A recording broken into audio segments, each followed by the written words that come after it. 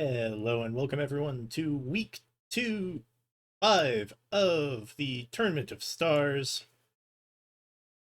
My name is Zane. This is Div C, FJRD Blocked and Muted versus 2D20 Scallywags.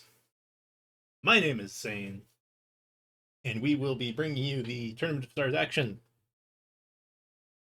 Similarly, over on the main channel, we have Luscious Balzac broadcasting FJRD. Where are they here? GNX versus FJRD Declassified in Division D. So plenty of mech action coming out at you guys. Looks like Bumblebee 2118 is going to be taking the 1v1 for Blocked and Muted, whereas Trayer will be taking the 1v1 for the Scallywags. As always, the first drop of the Tournament of Stars is a series of 1v1 and 2v2 duels. The 1v1 will be in the Direwolf Trial mech. It's an 100-ton mech. It has LBX-5s and a second range weapon that I'm forgetting off the top of my head that we will see once we get into match. The 2v2s are an Assault and a Medium on Liao Jungle, and a Medium and a Light on Steiner Coliseum. FJRD Blocked and Muted finds themselves in second place with 65 points going into week 5. The 2D20 Scallywags are in fourth with 53 points. But it's worth noting that this division has been an absolute slugfest. While Aces Wild is technically in first with 75 points, they have played one more game than everyone else in the division, and this is their bye week. Everybody else is playing their fourth and final match, and even with Aces Wild's extra game, there's only a 14-point difference between first and fifth place. Additionally, and part of why I think this div has just been such a slugfest, pretty much everybody has beaten everybody else. No team is undefeated, and it's not uncommon for the would-be favorites to drop a game to a lower team or lower ranked team in this particular division.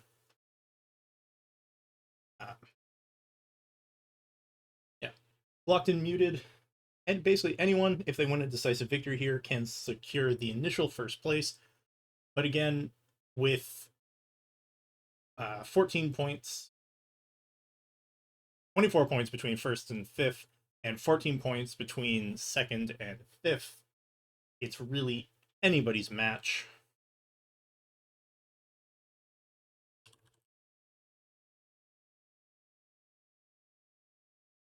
And anybody's tournament. Looks like the players are just speculating whether or not they actually need to call locked. They still do need to call lock for the 1v1s and the 2v2s, despite it being ready to go. And we are launching into match.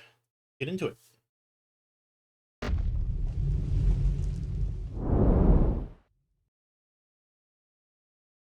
So this first match is on Laurel Reach. Game mode is skirmish, because again, these honor duels are very much in keeping with the clan format. For the clan lore, Bear and Bumblebee will have 12 minutes to beat the ever-living tar out of each other, and frankly, if it takes more than 5, I will be very impressed.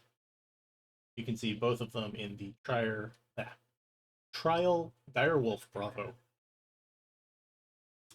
Let's just get a double check on that build that I was not remembering. It's 5 LB5s and 2 ER PPCs.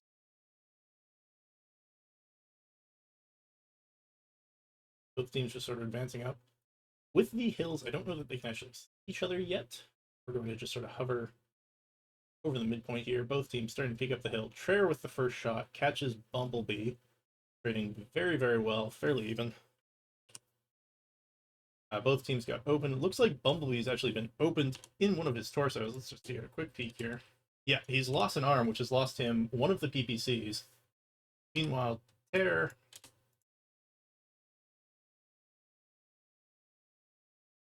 Also lost a part. Gonna try to get. Looks like he's lost an arm. Still firing back.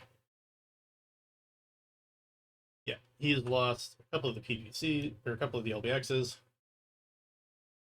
I'm going to put a slight advantage on Bumblebee just because of the crit advantage that comes with having LBXs with all of these open components. Check on his HP in a minute here.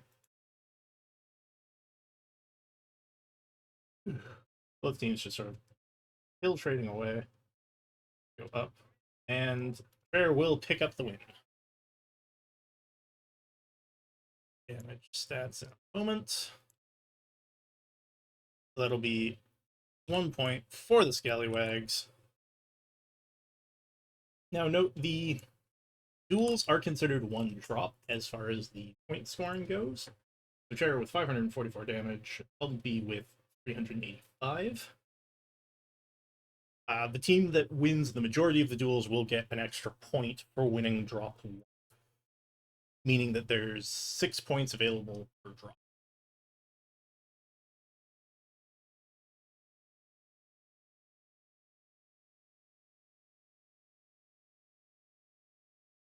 Now we are off to the jungle for the 2v2.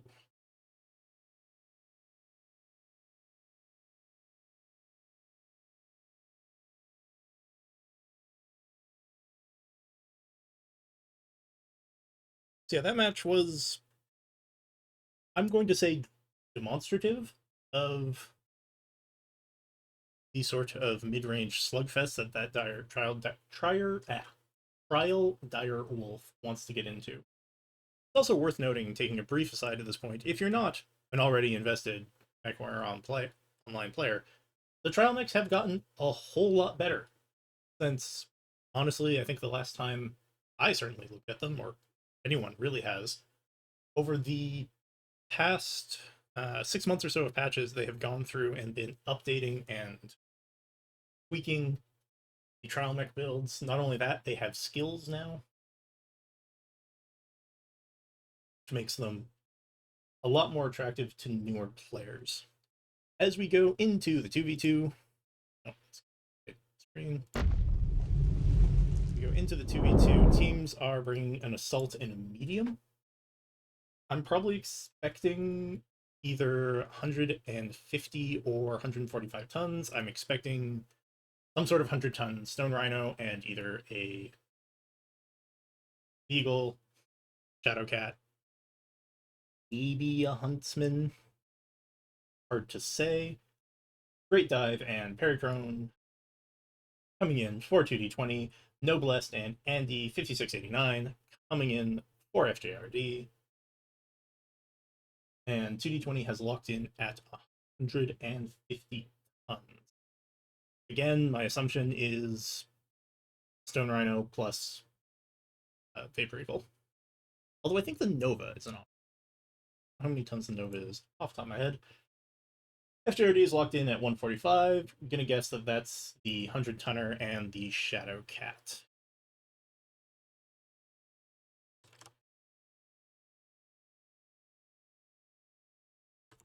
Get into match.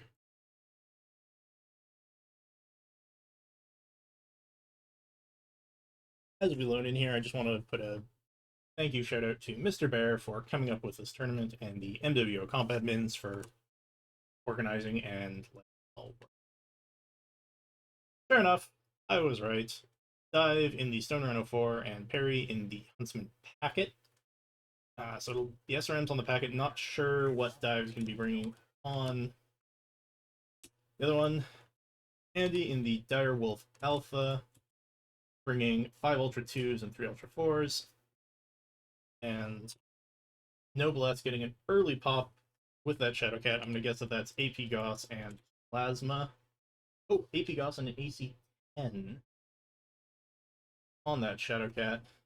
Meanwhile, Dive in the Stone Rhino, firing away with 4 AC-10s and 2 Plasma Cannons, and just confirm, although I think we saw earlier, Parry, yep, in fact, with the SERMs. Both teams starting trade away. Noblesse taking the worst of it as we sort of fight around the central hill here. Those CERMs really do hurt on something as skinny as the Shadow Cat, but Dive has taken a fair bit of damage, and judging from the orange damage number, he's probably pretty low on one of his various components. Check it here. Taking a lot of attention from Andy. Still... Oh, he's lost a torso, which lost him 2 of his plasma cannons. Andy is getting beat up and focused by Parry and Dive. Both side torsos open. The SRM should be able to rip that off. That's 1 down. He's down to 3 Ultra 2s. Other one goes down, but Dive is very much beat to heck. Yeah. No armor open. Parry eats a leg and then loses the... Oh, CT'd out. My bad. We have a very beat up Noblesse versus a very beat up Stone Rhino. If Noblesse can get the peaks here, I think matches in their advantage just because of the mobility cap. But this map doesn't really have the terrain you would want to play that sort of ring around the rosy. Get a look at their paper doll here. Open torso and arm. Whereas Dive is not open anywhere else, but lost an arm. Generally speaking, I like 2 AC-10s and a plasma cannon more than I like the AP Goss here. Oh, but Dive's open torso now. Meanwhile, looks like he took something off Noblest. Yeah, oh, he's down to just the AC-10. So firepower and, I'm going to say HP advantage in Dive's favor. Both teams are going to trade away with the AC-10s.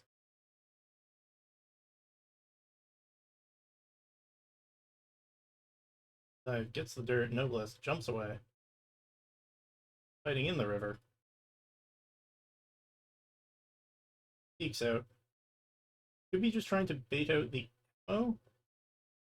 But if that's the case, then Dive has an energy weapon. Noblest doesn't. Very toasted torso on CT on Dive. Open right CT on Noblest. Teams just circling around each other, trying to get those elusive picks. Another shot. Hit. Gonna be peeking around the corner. Dive doesn't quite see it. Noblest's gonna jump up. Doesn't find the angle. Still cherry red on that torso. Turning around. Comes up and over. Noblest again, twisting away a lot of that damage very, very well. Meanwhile, Dive. Orange CT, lighter orange left torso. Noblest still with that same bright orange torso. Dive starting to jet around. This has got to be nerve-wracking for these pilots, playing the sort of peeky pokey jumpy game.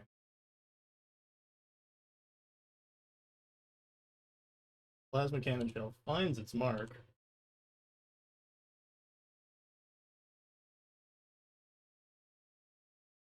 Twisting away to those damage components. No, the way the game tracks damage, if you hit a already destroyed component, a lot of the damage gets absorbed before it transfers through. You can see both these players trying to shield with their damage components. And Noblesse will pick up Dive in the end.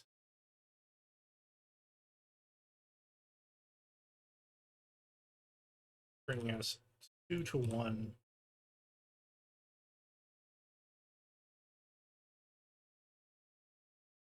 Look at those damage numbers. Yeah. 400 damage apiece coming out. Almost 500 damage coming out of Noblesse. 406 damage for Andy. 576 for Dive, and 360 for Parry. So the duel and thus drop one will come down to the Steiner Coliseum fight. This will be any medium and light mix the pilots feel like bringing. Swapped. And we are off to Steiner Coliseum.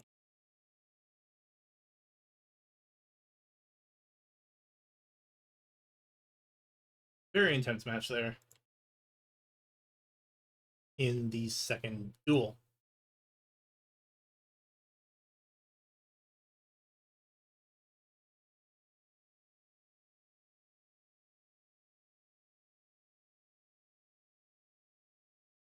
Bring us back to the scoreboard there. Teams looking at 2 points apiece. So this one is for all the proverbial marbles. Leaf and Stuff You Fear, aka Stuffy, coming in for 2d20. Can't see who's coming in for FJRD quite yet. Waiting on Noblesse to get everyone invited. And it looks like it's going to be Eco Ninja and Artillery Hamster coming in for Blocked and Muted. I'm expecting to see Warthogs, especially here on Steiner Coliseum. Oh, that's my bad. Should be first person only.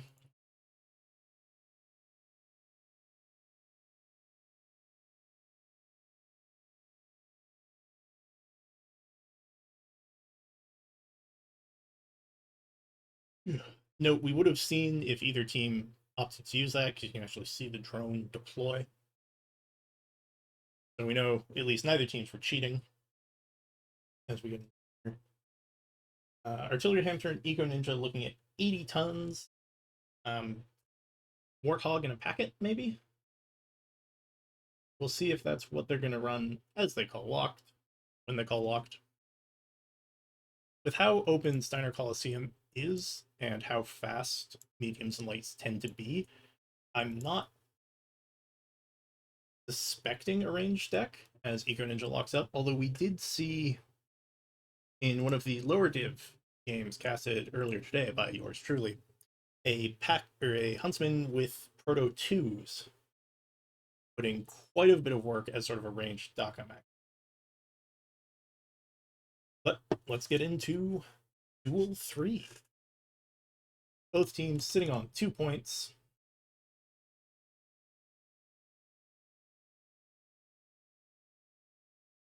This one is for all the proverbial marbles of the duel.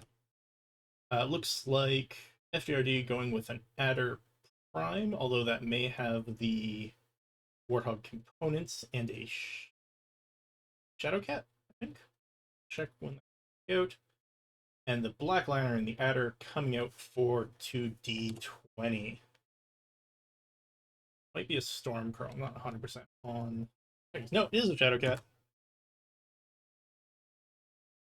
An AC-10 and 6 AP Gauss on the Shadowcat for FJRD.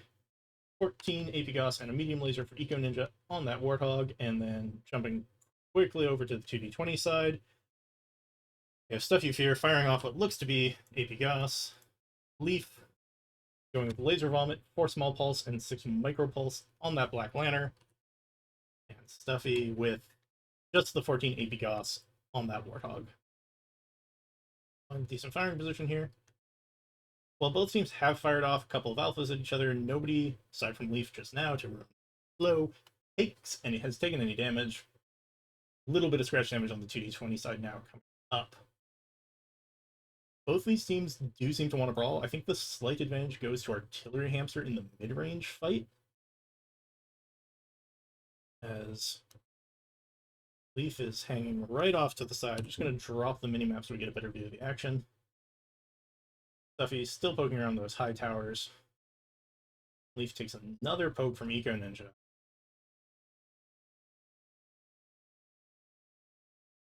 Looks like the FJRD backing right into that corner, and 2d20 kind of holding the ruins here, taking a lot of trade damage. The longer this goes on, the easier the eventual brawl will be for FJRD, as 2d20 will just have less armor to chew through in these sort of mid-range fights. Echo Ninja takes a fair bit of poke damage there, but I don't know that sustainable. Killer Hamster pushes up. Both teams just sort of dancing around their various objectives. CG20 has the cover, so as soon as they break, they will be open pickings for Artillery Hamster in that Shadowcat as he jumps up, looking to see if maybe they're on the high ground. Yep, they do. Looks like they're pulling the trigger. Stuffy going in. Leaf, they're splitting. Looks like Echo Ninja is the target. Trying to trade armor as they push up. Leaf gets right in on Echo Ninja, taking a lot of damage there. They're focusing fire on his right arm. Yeah, loses the side torso, and in doing so loses a lot of his DPS. Only got 3 small pulse lasers now. Stuffy the called target. Isolated away. Those warthogs are rather fragile. Oh, but they get the leg and the kill on Echo Ninja. Will it be enough? Stuffy looking very toasty. Gets CT'd out. Leaf has got 3 lasers and a lot of damage. And that Shadowcat is fresh. Leaf manages to pull this out. It's going to take a bit of a miracle. Dancing around the vent, I guess. And that'll be the core out. Still a very, very close set of duels.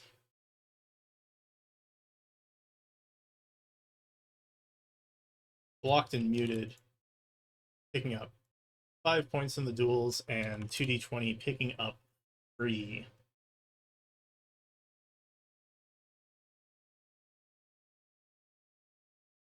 Our artillery hamster getting a lot of damage out of that Shadowcat with 441. But 2d20 very efficiently able to pick up Echo Ninja with both Leaf and Stuffy held to under 200. So now we jump into the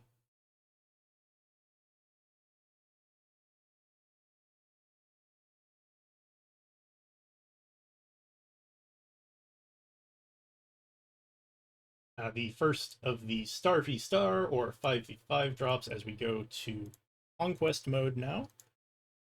First drop will be on the Crimson Strait, and we're up to a 15-minute match time.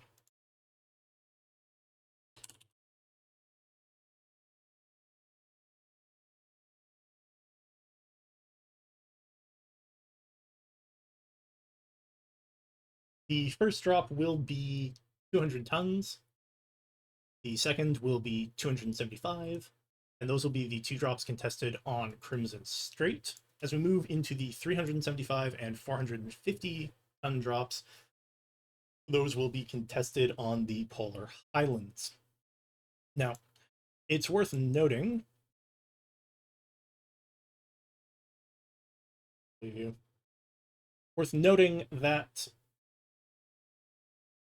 what was I going to say? Right, at 200 tons, you tend to see a lot of brawl, mostly because with an average tonnage of 40, it's fairly hard to justify committing the sort of higher tonnages that you would need to make a range deck work to the very, very fast decks you can get if you run just 40 times, or the various sort of speed brawl decks you can get when the 2 max are within about 5, or when the 5 max are all within 5-10 tons of each other. There's stuff like the Adders, Shadowcats, although you tend to save those for scouts, Novas. There's lots of very, very fast, light brawl mechs.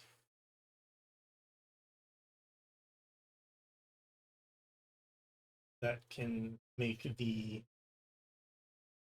range mech cry, especially with 200 tons. You are very likely the only range mech on your team.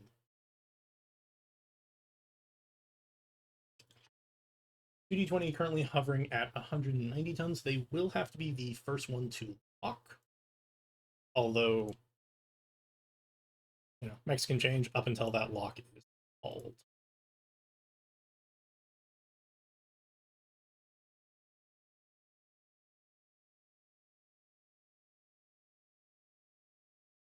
As I mentioned before, this entire division is realistically within 20-30 points of each other, so this is still very much anyone's division, and we won't know for sure the final standings until tomorrow, when the gear and DPS teams face off. But a strong showing from FJRD here. If they can pull, well, the 24 remaining points out, they would put themselves in a very, very strong position. Similarly, if 2d20 can pull off 24 points, that may very well catapult them into a fairly secure hold on first place. At the end of the stream, we will take a minute and go through the math and see just how many points need to be spread out. 2D20 locking in a little light at 190 tons. This makes me think the boys on the C team, or the A team rather, have something special cooked up for us. There's a strat that we saw the Raven Irregulars pull off earlier today, where from the Team 1 side, they pushed right to the saddle in an attempt to sort of pinch Team 2 as they pushed across to get to the theta point, which is the only valid point for Crimson Strait. So I'm curious to see what'll happen as we launch into match.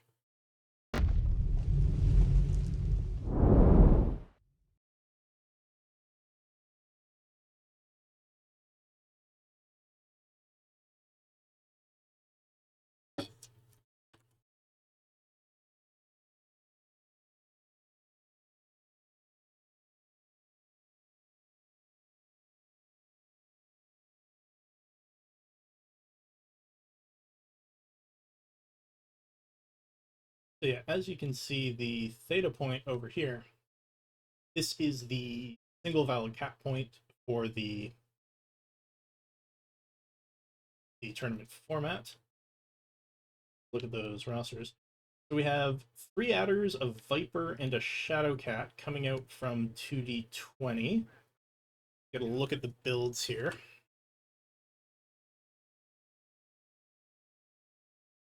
We've got light machine guns and beam lasers coming out for Trare in that Shadowcat. Stuffy in the adder at 14 AP Goss. That's probably the exact same one that he just ran in the 2v2. Plato in that Viper with ER Meads and light machine guns. Leaf in the adder with 14 AP Goss, and Dive in the same. We have a very similar deck, just with slightly different mechs, coming out from FGRD. They're bringing their legendary scale shot, so burning that legendary early for Noblest, and then they've got Echo Ninja in the Shadowcat. Again, the same AC10 AP Goss build that they were running in the duel. They have Commander Chad J Battletech in the Adder with the AP Goss and a medium pulse. Artillery Hamster in that Shadowcat. Again, the same AC10 build we saw earlier. And Andy in the Warthog with a heavy small laser rather than the medium pulse and 14 AP guns. Looks like TD20 didn't go for that sort of advanced pick that I was talking about. Instead, pushing right up. Terror taking advantage of those beam lasers, just get some scratch damage in on FGRD, as Plato, it looks like, goes for the tap. Looks like FGRD is going to respond by pushing up on Terror, who very smartly rotates right away back towards his main tonnage. GD20 now taking up defensive positions in and around cap point as FGRD decides how they want to push across this particular mess. UAV is going up everywhere, but nobody shooting just yet. Noblest and the rest of FGRD are going to go use the buildings here for cover and push up. They're, again, using those beam lasers to just get as much free damage as you can. And it looks like the TD20 squad is going to form up to receive. Noblest going in first in that scale shot. The rest of FGRD piles in. Interesting to see how the focus target TD20 rotates away. More fire on Noblest. They're not committing to him, but he is definitely their preferred target. Artillery Tamster jumps up, takes a fair chunk of damage himself on that burn. Noblest again pushed up. Plato and Stuffy getting the fire now, as Bear is just feasting with these beam lasers. The longer 2D20 can sort of play this S-key keep away game, the more value he's going to get out of those lasers as Noblest gets opened up. Andy now, being the lead mech, takes a lot of damage coming in, but Plato not looking much better. Still a lot of very healthy percentages on the 2D20 side and some very beat up mechs. Not very, some beat up mechs on the FGRD side. Andy again pushing right up. Looks like Plato is going to be FGRD's preferred target. He's taking a lot of damage, and Plato goes down to the focus fire. Echo Ninja pushes up. He had to sneak up to get the kill on Plato. Now Tear is the called target. He's picked out here. That's not going to be good for 2D20. Yep, he is picked up by Commander Chad in that adder. There goes the big advantage from 2D20. They're down 2 max, but they're relatively fresh. Stuffy picks up Noblest as the fight breaks up. Looks like Dive is going to try to 1v2. Stuffy picks up Commander Chad, firing away. Echo Ninja now the call target as Dive just tries to body block and keep Andy and Artillery Hamster out of the fight. 3v3. Stuff got the killer instinct. He's pushing up. Sees Echo Ninja firing away on Dive. Gonna rock up with those AP Gauss and just remind him why adders are a good mech. Takes him down. Andy now legged, taken out by Dive. Artillery Hamster is going to be the last target. He's going to try to take down Dive before it goes down, secure his team the extra point, and no, opened up, but isn't able to get the damage. Starts fighting away. Dive now playing carefully and picks up the kill. Very, very smart S-key play from 2D20 to pick up the 5 points. 2 in drop 2. Now, I want to see just how much damage Terror was able to pull out of that. 341. Not as high as I was expecting. I was expecting something closer to the performance we saw out of Artillery Hamster or the Great Dive. Sort of that 400 to 500, but really do think the scratch damage on the trip in was instrumental in picking up that fight.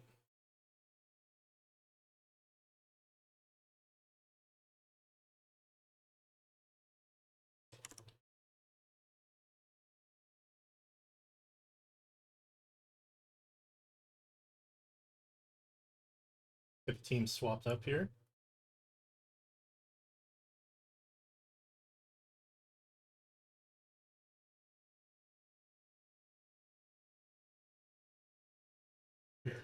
Now, I have said repeatedly and ceaselessly, and no, I will not shut up about this.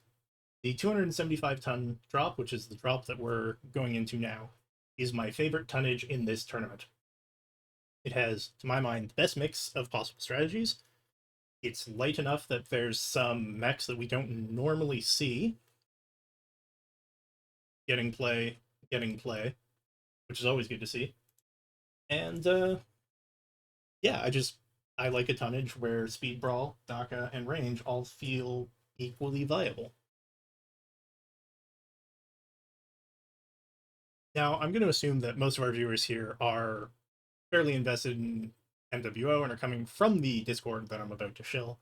But if you've stumbled across this screen and you're either new to MechWarrior Online or you're new to MWO Comp, I highly recommend going to the MWO Comp Discord, which is linked in the title cards underneath this stream. If whether you're a unit that's looking to get into competitive play or you're a pilot who wants to sort of see what all this nonsense is about, or you just want to get better at the game, period. There's channels in there that'll help you do pretty much anything you need. Team 1 has locked up. We're just waiting on 2D20 to call locked before we get into match. Looks like FJRD has locked at the full 275. Could be we see Orions. Could be we see Sunspiders. There's a lot of different mechs we could see at the best drop.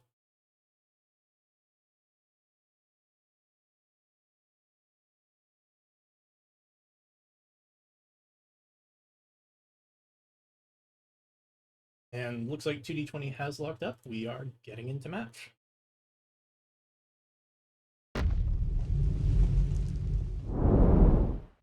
In case it wasn't clear from the name, Tournament of Stars is a clan tech only tournament. Why we haven't seen any non-clan mechs. And the name is actually a bit of a lore reference as well. The star is the clan's sort of organizational unit, and it's 5 mechs.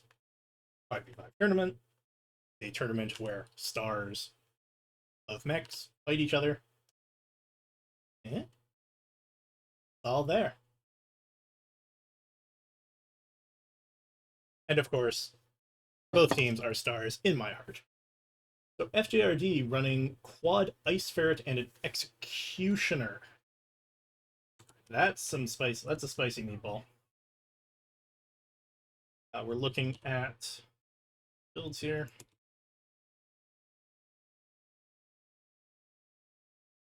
Check the Executioner first.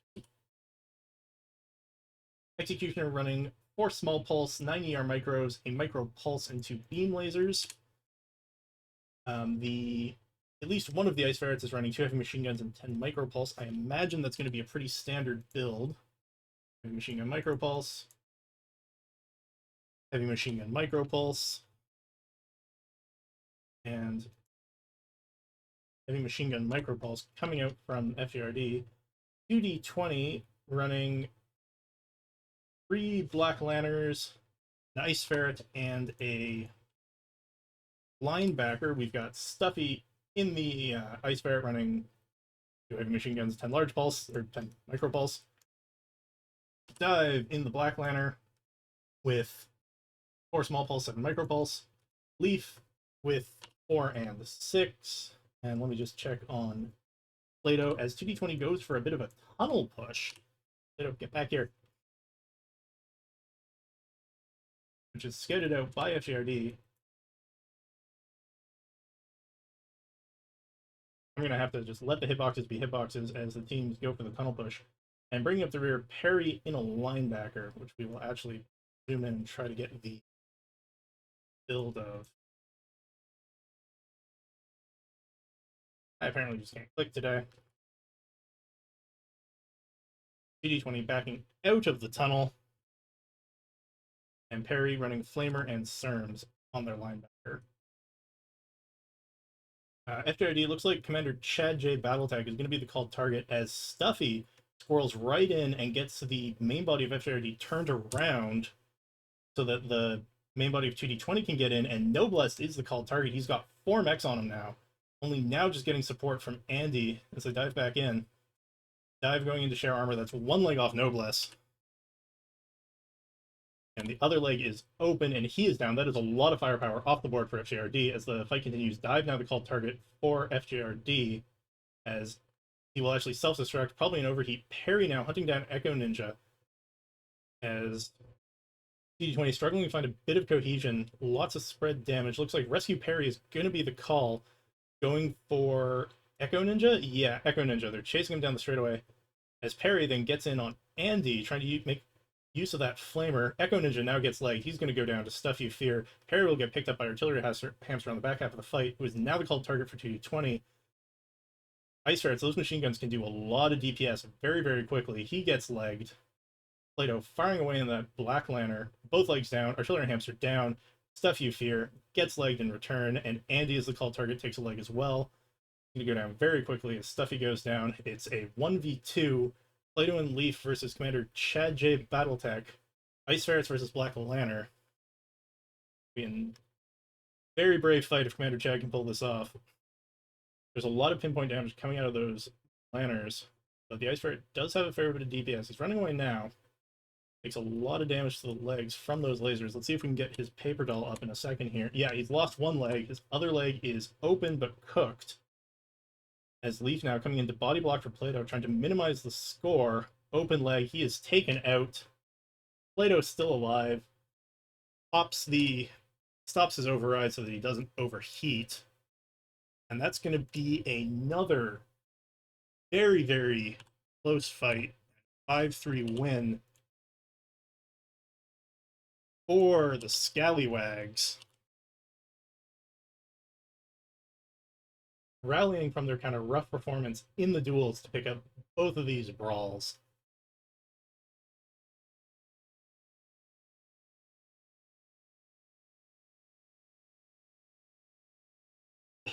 Now let's have a look at these damage numbers.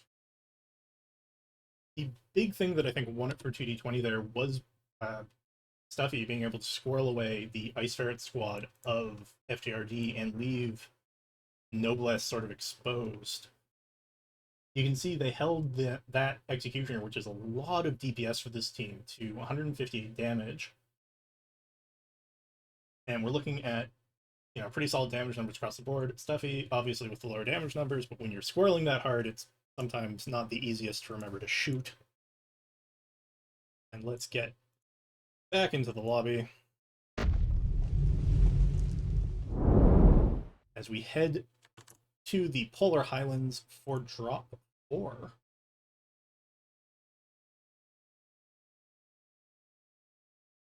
And Captain Judas, my favorite kind of pizza is, well, admittedly, I don't eat meat anymore, but the sort of generic meat lovers you get at pretty much every pizza place is probably my favorite.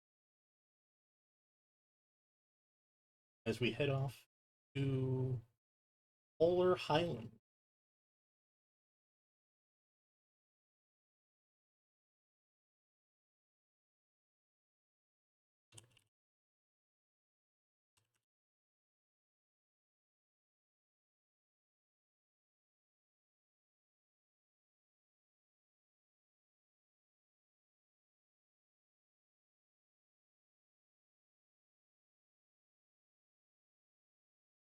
Wait, 2D20 should be, never mind, 2D20 should be Team 1.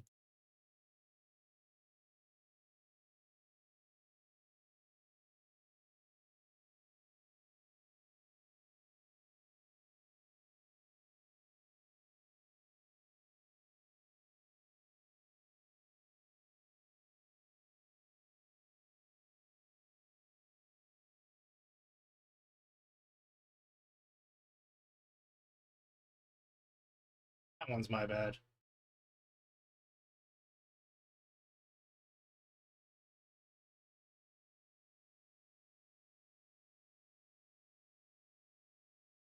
That one is my bad, folks. As I said previously, this is the 270 or 375 ton drop. But before we get to the particulars of that drop, I do just want to take a moment to shout out the next tournament that these teams will be playing in, which is the Championship Series. Unlike every other tournament that is player run, this one is actually put on by Piranha Games. So it'll be run in client through the competitive queue option. 8v8, 5-point conquest. And even if you're not an A team and you can't get those sweet top 12 rewards, if you play, last year it was 40 games, I believe this year it's going to be 60, you can get yourself some very nice rewards for simply participating in the comp queue. So that's always fun. Definitely something worth doing. And again, if you need a team, hey look, there's Discord right there, down in the channel cards. You click on it. 2D20 sitting at 370 tons of their available 375. We'll see what the teams lock in as.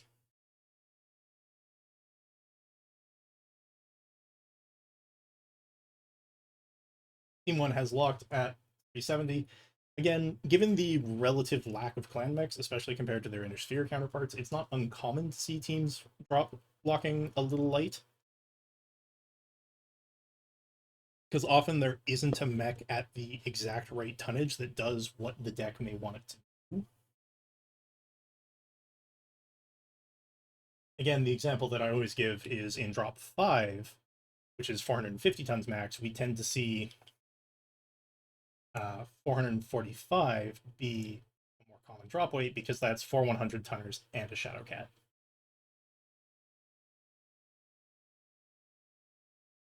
Which makes an excellent scout. But we'll see what the teams are bringing at 375. Speed Brawl is an option, like Gargoyles and Executioners, very much a possibility. The Orion 2C is also very quick and very tanky for its tonnage. It's only, like, it's 75 tons, and it moves shockingly fast for a 75-ton pick.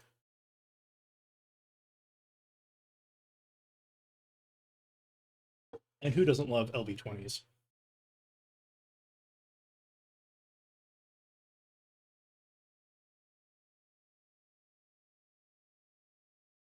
Teams load in here. Now, Kappa, this point way over here, is our valid point for this map.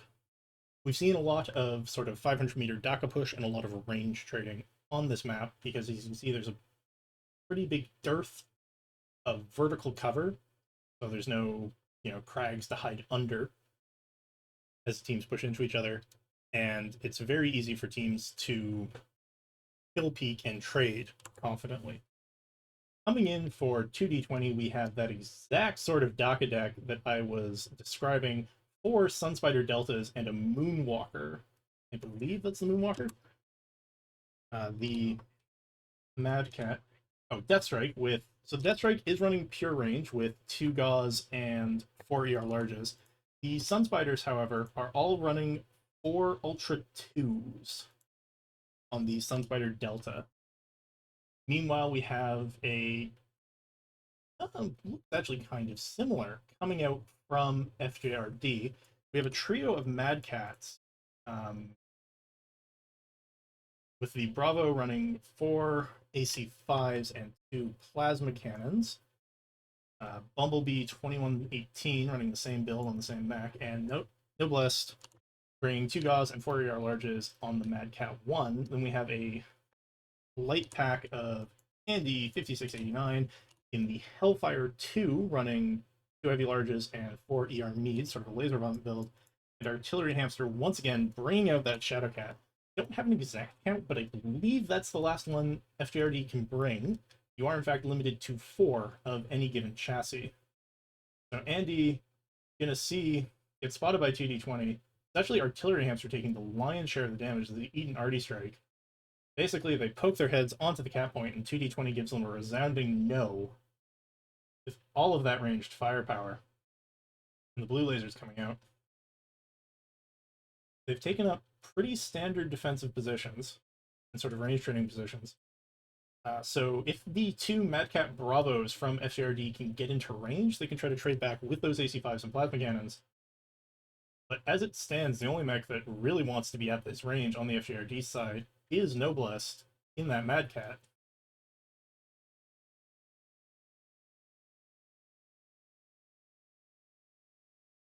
His dive peeks around the corner here.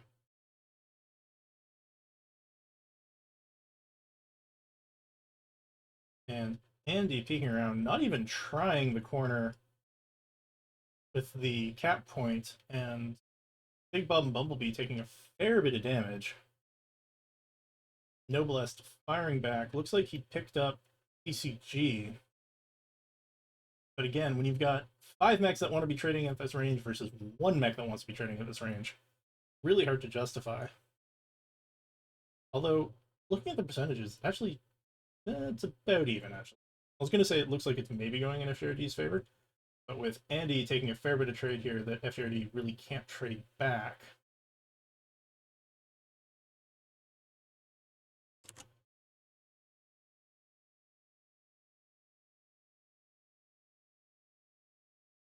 The airstrike's coming in. Big Bob going to be the primary focus in that Mad Cat. No real damage to be concerned about, but definitely lost a fair bit of armor. Bumblebee now pushing up to the front, trying to share. That's a smart thing to do if you have to take a long push into a range trade like that. You want to rotate out whichever mech's in front, because even the most disciplined teams will generally end up shooting whichever mech is standing in front of them. But it looks like they're going to get forced to back off. Noblest is trading pretty well. He's at 90%. Whereas the rest of 2D20 is happily trading away on the far side. Neither team moving, but it looks like Dive is peeking up, trying to force Noblest off the hill, I would guess. And Plato has gotten opened up. Just check which one is Plato and where he's taken that extra damage. The game's worried about him. Oh, push has started up again. Andy now in the lead, but Bumblebee taking the lion's share of the damage. Problem is the route they've taken, well, it shields them from a lot of the 2D20 firepower. There's nobody over there. Like, you're going to have to push up into the 2D20 guns, and you're just trying to find the narrowest funnel in which to do so. The other thing is that Dive is threatening this cap point, keeping Hamster from being able to call it, as Bumblebee and Andy start their push up again. They're going to get spotted out by Plato on the side. Drop that as... Yeah, it looks like Bumblebee is the called target.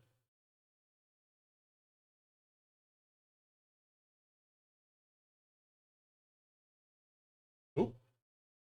Fair lose anything. No, he's just opened up. This is probably a much more favorable range for the FGRD traders, though. But Big Bob now being the called target as Dive is sparring with Hamster. Oh, and Andy rotates over. They may try to catch out Dive here. And Andy sees him. He wants it. Dive is at 62%. Andy at 75. Oh, down to 57. Kappa is being contested. Oh, and Dive is open CT. He cannot peek this anymore. In fact, gets picked up by the Hellfire. Nice shooting for Andy. They're able to get the point, which means now 2d20, if they want to do anything, has to push. You can see Perry and Plato rotating around the corner, seeing if they can continue farming the FJRD side, as it looks like TCG is taking up Dive's position, contesting the point. Noblesse is still way under the hill here, hill peeking, as Big Bob is taking a lot of fire. A lot of open components, but Perry is kind of trading solo at the minute. Andy pokes up and gets a very nice burn. Oh, change of targets now. Both the Sun Spiders firing on, I'm gonna guess, Noblesse. Hamster pokes up. The teams group up. Meanwhile, it looks like Terror has been called down in that Mad Cat. I'm guessing because he's taken worrying damage somewhere. Yeah, open CT.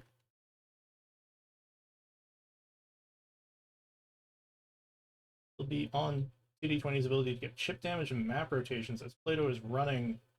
They're going to get caught out by at least 3, possibly 4 members of FGRD. Sees Artillery Hamster and starts firing. I think Andy is the one he has to worry about. He takes a laser burn but fires right back. That is a very low Hellfire. As Bumblebee now steps up, Andy steps up again.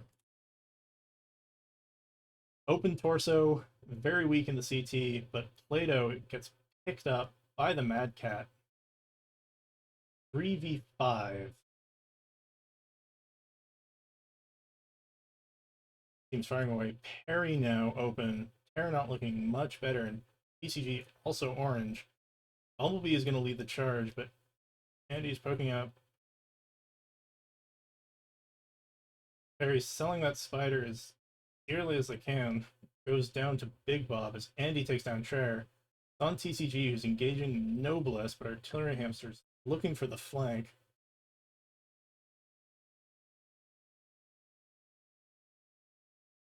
And that'll be the end of the Sun Spider reign on 2d20.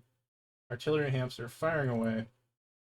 5-0 for FJRD. I said this division was going to be a bit of a slugfest. Wasn't expecting this degree of slugfest. Here we are. Teams dead even with 16 points for FJRD and 15 points for 2d20 going into drop 5. I don't even know who's technically won the match at this point. We have a quick look at the damage numbers for those of you that care. Don't even know who's technically winning the match on drops at this point. Points wise, is what matters in this tournament. 50-50. It is in fact we are in fact literally all tied up going into the final match. So this will be 450 tons here on the Polar Highlands. FJRD reclaiming Team 1.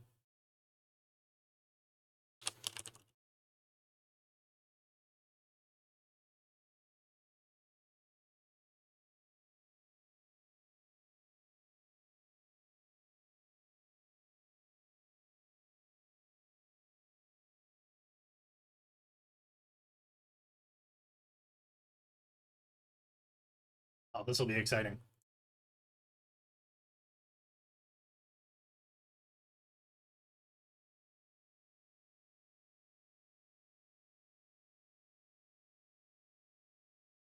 $450 on the table. As I've said before, I normally would expect 400 tonners in the Shadowcat. Obviously, FJRD can't run that because I believe they have burned all their Shadowcats. Although, don't quote me on that. Obviously, go check.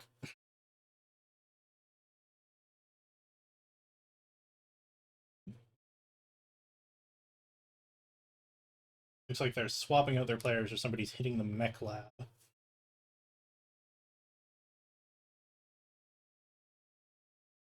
Teams do have up to 5 minutes between drops. You hit the mech lab. You don't need to stay in match even if you're playing in the next drop. You can jump in and out.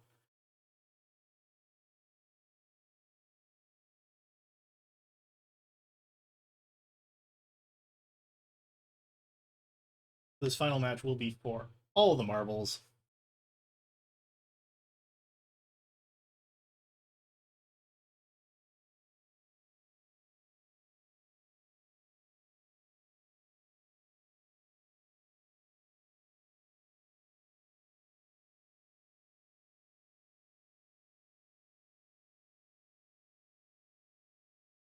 Now, so taking a look at the division,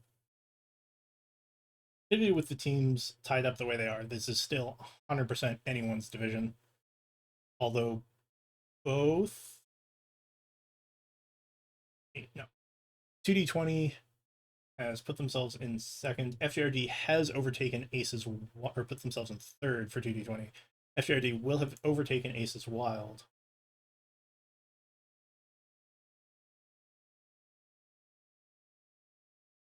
As Noblest locks up at 445, 2D20 hovering the same. Imagine we're going to see a quick locked from Dive. Yeah, let's get into our fourth and final match.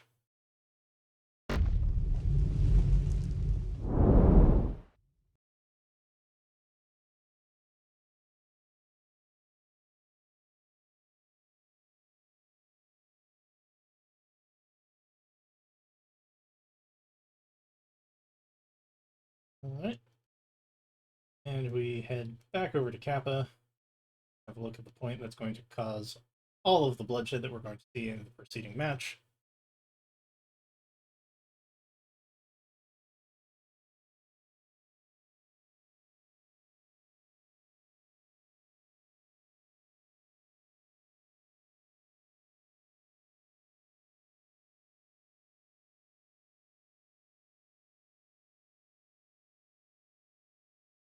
So TD20 has burned all their Sun Spiders, but again, with the 450 tons, both teams are probably bringing Stone Rhino of some description.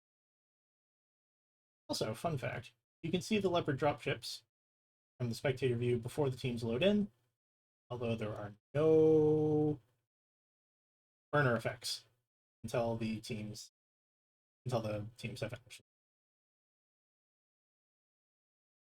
All right, so for blocked and muted, we have more direwolves than I was expecting, but we have Noblest, Artillery Hamster, and Andy in direwolves of various flavors, and Bumblebee in the Stone Rhino, Echo Ninja in that Shadowcat.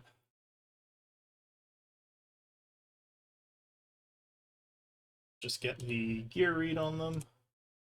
AC-10 Apigos, the same build we have seen them run pretty much every time. Noblest in the Ultraviolet with the Ultra AC2s. Artillery Hamster with 4 Ultra 2s and 2 Ultra 5s in the Direwolf Charlie. Andy with 5 Ultra 2s and 3 Ultra 5s in the Direwolf Alpha. And Bumblebee with 8 Ultra 2s in the Axum. On the 2D20 side, we have, in fact, 4 Stone Rhinos of various flavors. And the Shadowcat, we have Plato in the Stone Rhino 1 with 4 AC-10s and 2 Plasma Cannons. We have Dive in the 4, presumably running the same build. I believe that's actually the same mech that he ran in the duels. Yep. Leaf running 4 AC-10s and 2 Plasma Cannons, and then TCG with 4 Ultra 2s and 4 Ultra 5s in the Axum. And let's just check Terr's Shadowcat build here. 7 light machine guns and 2 beam lasers, same one we saw earlier. Both teams pushing up. Terra probably well positioned to get the early scout here. Looks like Echo Ninja has gotten the quick pickup on the cap. Although with all of those Stone Runners, I imagine 2D20 is just going to tromp their way over there and contest it. They're revealing themselves. Oh, takes a big punch from the Direwolf. 11%, as they were getting maybe a bit greedy trying to get the laser burn off on Echo Ninja.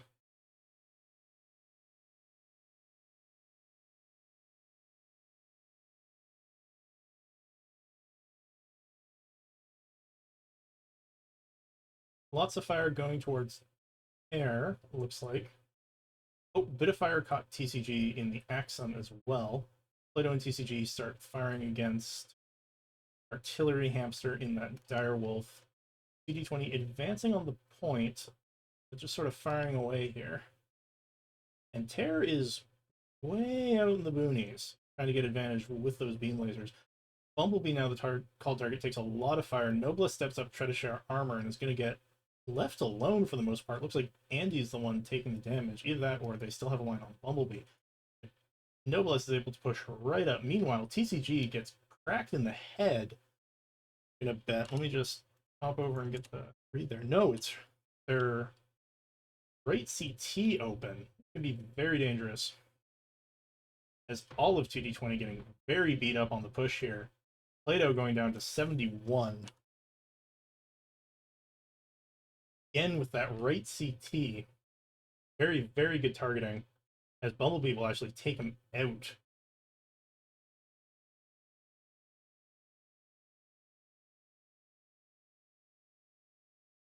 So high percentages, but given that they're red numbers, it means a lot of open components. You can have a look at Leaf to confirm here.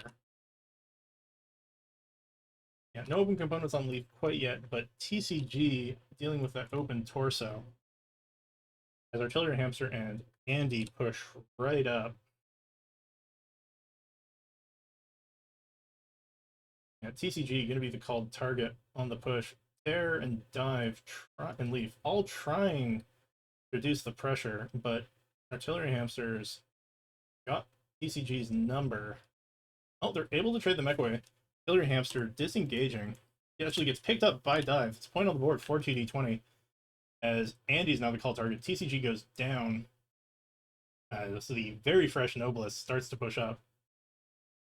Dive firing away. Noblesse takes a lot of damage. Direwolves are not as tanky as the other mechs, but Leaf gets picked up by Bumblebee, who has picked up Dive. He's got 3 of the 4 kills, with only Andy sneaking away. Echo Ninja now diving in. It's a very beat up Terror left.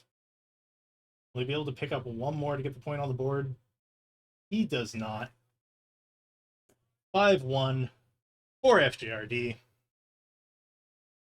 Coming back with a bloody nose. Take the game. And the drop. And with 22 points earned,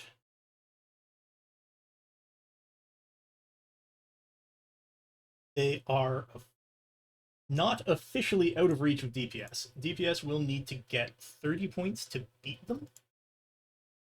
So very, very unlikely.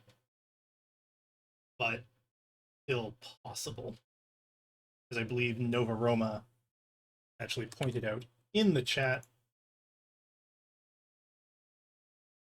So props to them for doing the math first and better.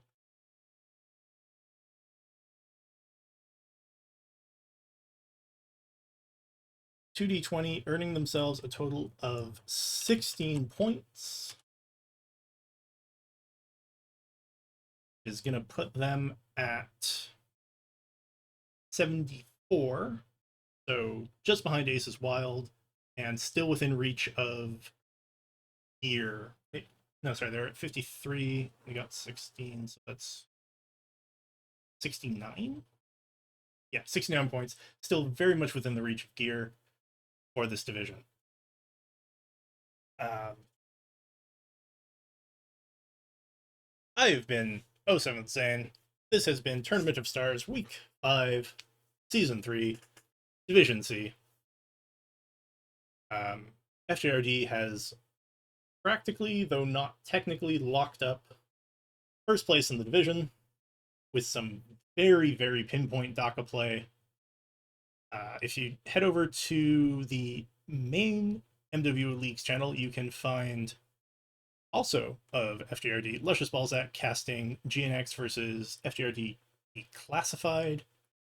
And then in just under an hour, I will be back here on MechWarrior Leagues 2, bringing what I believe is the final match of the night, which will be QFES Ravagel versus the Metal Gear Squadron in Division H. I will catch you guys around.